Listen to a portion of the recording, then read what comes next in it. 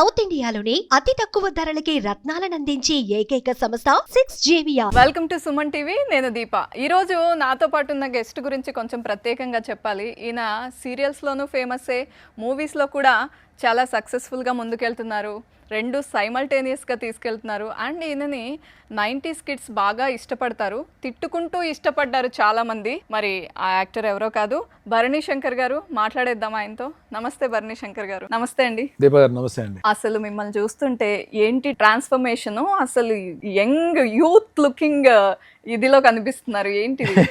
Youth look ని ఎంత try చేసినా సరే ఫేస్ కొంచెం తేడా కొట్టేస్తుందండి. అంటే మనం ఎంత కాపాడుకున్నా సరే ఒక 3 years నుంచి మాత్రం ఫిట్నెస్ మీద బాగా ఫోకస్ గా నేను అనుకుంటున్నాను. మరి అంటే కొన్ని హ్యాబిట్స్ మనం చేంజ్ చేసుకుని వెళ్తే లైఫ్ ఎక్కడో చేంజ్ అవుతుంది అని చెప్పి గట్టిగా నమ్మకం ఉంది. అది నిజంగానే జరుగుతుంది అలా. సో ఫిట్నెస్ అనేది మాత్రం ఇప్పుడు మెయిన్ మోటో కాదు. ఇంతకు ముందు కూడా ఎప్పుడు ఫిట్ గానే ఉండేవాళ్ళు, ఫిట్ గా ఉండేవాడు కానీ ఆ బాడీ వెయిట్ కొంచెం అంటే హెల్దీ, అంటే లుక్ కొంచెం సాలిడ్ గా ఉండేవాడిని. బట్ దాని నుంచి ఇప్పుడు లీన్ మాస్, అది అంటే ఈ ఫిట్నెస్ లాంగ్వేజ్ ఒకటి ఉంటుంది, లీన్ మాస్ లోకి కన్వర్ట్ అయిపోయింది. ఏంటి ఇన్స్పిరేషన్? ఎట్లా ఇన్స్పిరేషన్ ఏం లేదండి.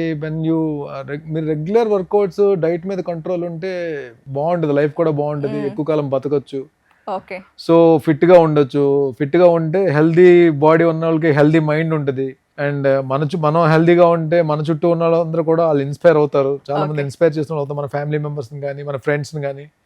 వాళ్ళని కూడా నేను ఒకనే కదంటే మా సర్కిల్లో లైక్ ఫస్ట్ అది సార్ నాగబాబు గారి దగ్గర నుంచి ఈ ఫిట్నెస్ అనేది మా అందరికి అలవాటైంది.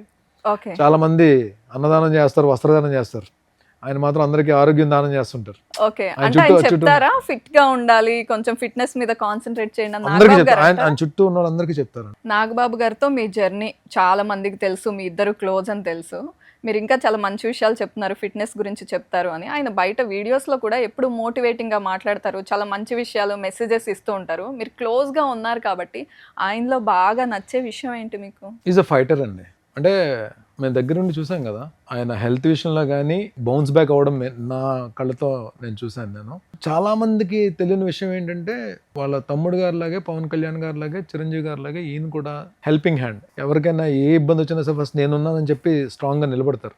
అది నాట్ ఓన్లీ ఆయన క్లోజ్ ఫ్రెండ్స్ మా గురించే కాదు, బయట ఎవరైనా వచ్చి అంటే పార్టీ పరంగా కానీ ఎవరైనా, లేదంటే ఆయన సర్కిల్లో కానీ, లేదంటే ఆయన ఫ్యాన్స్, మెగా ఫ్యాన్స్లో కానీ ఎవరికైనా ఏదైనా ఇబ్బంది వచ్చినా సరే ఫస్ట్ రియాక్ట్ అయ్యేది నేనున్నానని చెప్పి, అభయహస్తం ఇచ్చి నేను చూసుకుంటానని చెప్పి నిలబడే వ్యక్తి ఆయన. అది ఈ విషయం ఆయన ఎంతమందికి హెల్ప్ చేశారో, ఎన్ని రకాలకి హెల్ప్ చేశారో, ఏ అమౌంట్స్ హెల్ప్ చేశారో మాకు తెలుసు.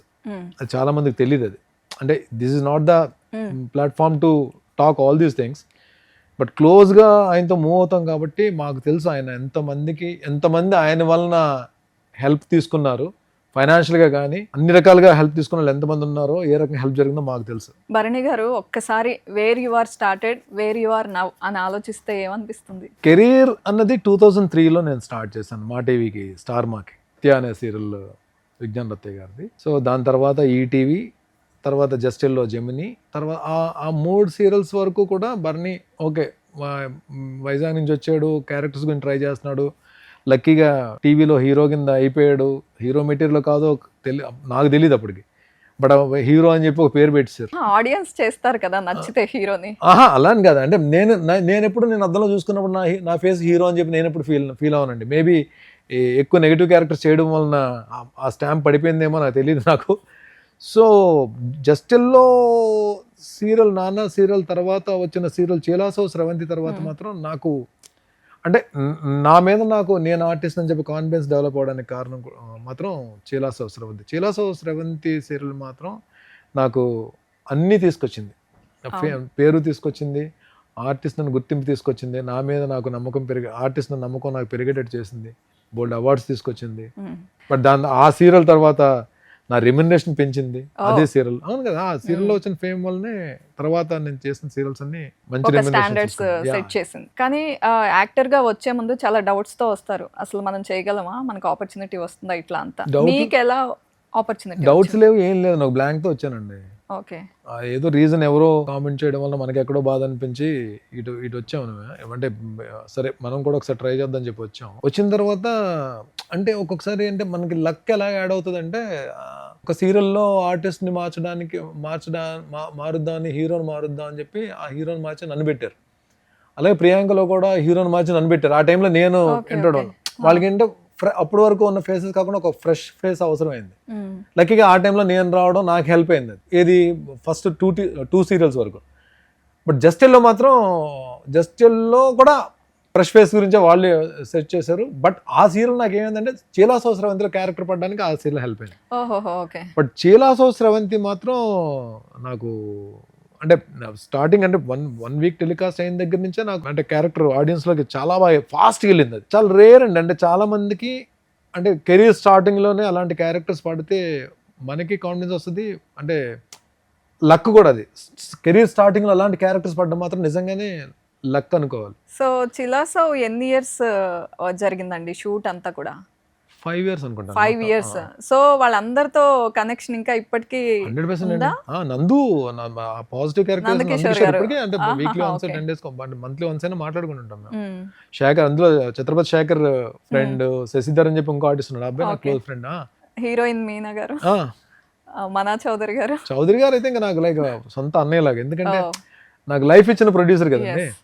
డెఫినెట్ గా పెద్దన్నలాగే నేను చూసుకుంటాను. నేను ఇప్పుడు చౌదరి గారు చాలా సందర్భాల్లో నేను స్టేజ్ మీద కూడా చెప్పాను నాకు లైఫ్ ఇచ్చిన పర్సన్ అని చెప్పి. ఇక్కడ నుండి ఈ ఆడిషన్స్ కి వచ్చారు సీరియల్ కి. ఏ ఊరు నుంచి వచ్చారు మీరు? హైదరాబాదేనా? కాదండి, నాది వైజాగ్. ఆడిషన్ సీరియల్ వరకు ఆడిషన్స్ ఇవ్వలేదండి. నేను వెళ్ళి ఏదో వచ్చాను ట్రై చేద్దాం అని చెప్పి నేను హైదరాబాద్ వచ్చి, వైజాగ్ నుంచి హైదరాబాద్ వచ్చి అక్కడ అమీర్పేటలో ఏదో డబ్బింగ్ స్టూడియోలో ఫొటోస్ ఇస్తే ఆ ఫొటోస్ తీసుకున్న వాళ్ళు ఏం లేదు. అంటే యాక్చువల్గా మన హర్షవర్ధన్ ఉన్నాడు కదా, అమృతం హర్ష, అప్పుడు మూవీస్ లో బాగా బిజీ ఉన్నాడు. ఇప్పుడు నాకు కూడా మంచి ఫ్రెండ్ ఆయన.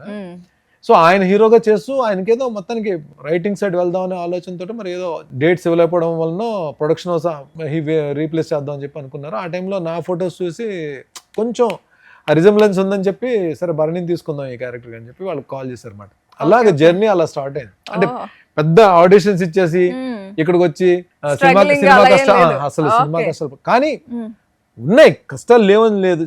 ఈవెన్ బిజీగా ఉన్నా సరే నా కష్టాలు నాకు ఉన్నాయి.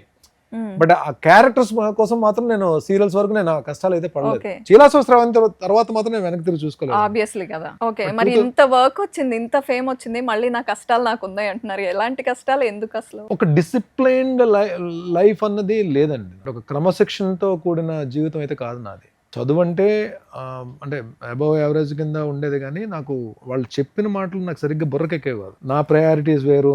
నేను ఇదే లైఫ్ అనుకుని ఒక దీంట్లో వెళ్ళేవాడిని. సీరియల్స్లో బిజీగా ఉండి ప్రతి ప్రొడక్షన్ హౌస్ నుంచి కాల్ వచ్చి మనం బిజీగా ఉన్నప్పుడు ఒక పక్క మూవీస్ కూడా అడపదడప ఒక 2-3 months ఏదో ఒక మూవీలో క్యారెక్టర్స్ చేస్తూ ఇంత బిజీగా ఉన్నప్పుడు చక్కగా సెట్ చేసుకోవాలి లైఫ్ని.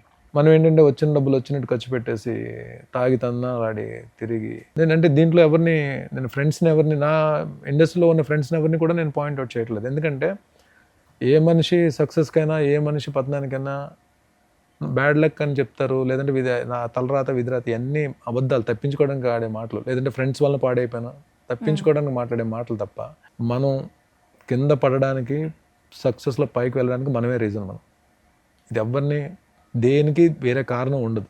కారణం చెప్పినా నమ్మకండి మీరు. మనకు మనమే రీజన్ మనం పడడానికి. మన ఆలోచన విధానం ఎప్పుడైతే మన ఆలోచనలు హెల్దీగా ఉంటాయో, మన ఆలోచనలు సక్రమంగా ఉంటాయో, మనం అన్నిటికీ రెస్పెక్ట్ ఇచ్చుకుంటూ మనల్ని మనం ప్రేమించుకుంటూ వెళ్తామో వాళ్ళ లైఫ్ బాగుంటుంది యాక్చువల్గా. అంటే ఒకవేళ నిజంగానే కింద పడినా లెగిచి మళ్ళీ ఫైట్ చేసే ఇది ఉంటుంది.